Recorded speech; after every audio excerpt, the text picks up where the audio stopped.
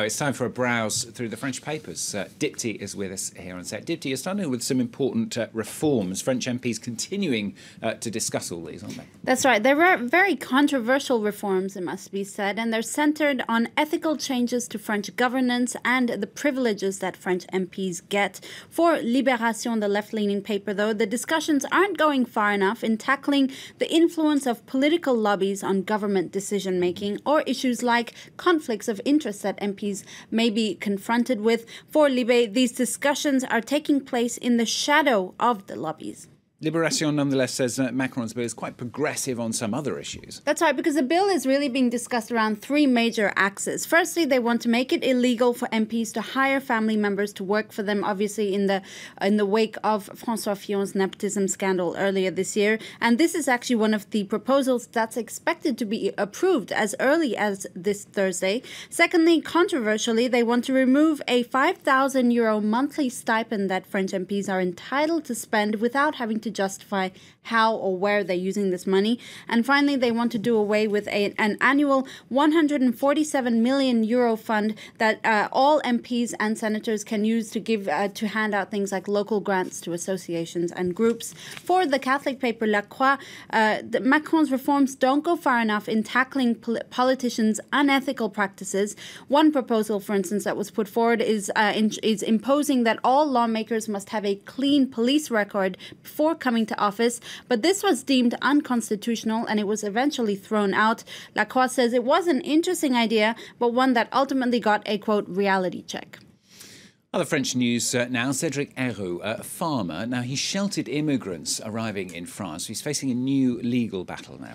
That's right. Cédric Herrou is known as the militant farmer. He's being formally investigated again for aiding illegal immigrants to enter and travel through France. He's facing up to 5 years in prison and a €30,000 fine. Herrou was arrested on Monday with 150 migrants at his farm, mainly from Sudan. They'd come from Italy. Herrou has been, it must be said, detained by police 6 times in the last year, at least since 2016. Le Figaro says that this time, though, French authorities want to show their firmness in dealing with him. According to one policeman, Herrou is running a, quote, well-oiled system on his farm. He welcomes dozens of migrants each week and then helps them in the administrative process to get refugee status.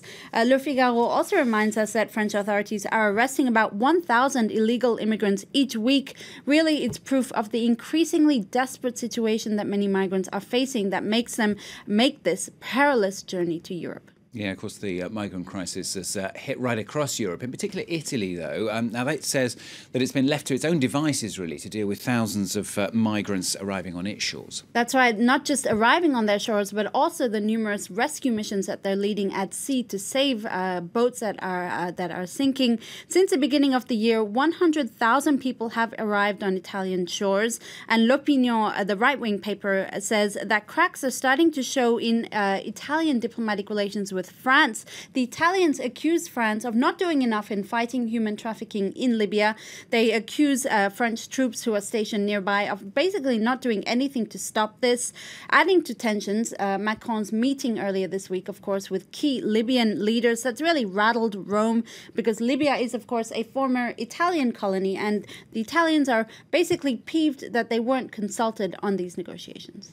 Brexit now. I heard an awful lot on the programme and elsewhere as well, of course, about British people rushing to obtain French citizenship to ensure their future in Europe post-Brexit. But French people, apparently they're doing the same in the UK as well. That's right. La Croix talks about this phenomenon of an increasing number of French people who are seeking British citizenship because, of course, there's an enormous French expat population in the UK, one of the largest, in fact. And while many French citizens are happy in the UK, they want to ensure that if they leave, they can come back.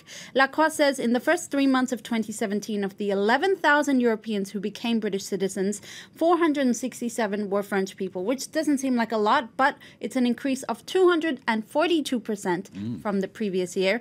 One French woman interviewed by La Croix became a citizen a few months ago and not only had to prepare for the general knowledge test, but she proudly pledged allegiance to the Queen, which is surely something that her historical ancestors might be rolling in their graves about. OK, a bit of a change there. Now, finally, France is awaiting a very high-profile birth If this was the UK, we'd think it was a royal family or something. But here in France, it's actually the birth of a new panda.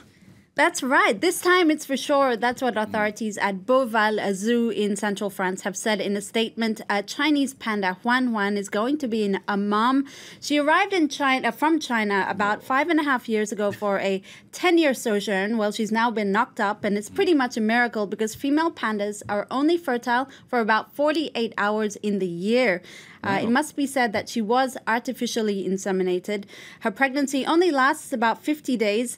The baby is expected in early August, and interestingly, one website said that this high-profile birth could be comparable to the birth of Prince George. Yeah, there you go. You see, I was completely right. That's amazing. A week's time. It's very, very quick. Did you just say knocked up? I did.